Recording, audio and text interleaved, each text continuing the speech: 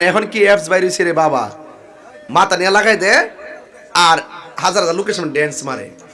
ওই আমার ফাঁকরিওয়ালা ছবি নিয়ে লাগাই দিছে, লাগাই দিয়া হাজার হাজার লোকের সামনে ড্যান্স দেওয়াইতেছে। আবার কালকা দেখছে দুই মেয়ে দুই পাশে লাগাই দিছে, মাঝখান দা আমার লাগাই দিছে, হ্যাঁ নাচতেছে আমিও নাচতেছি। এটা কি এটা কোন কথা হইলো?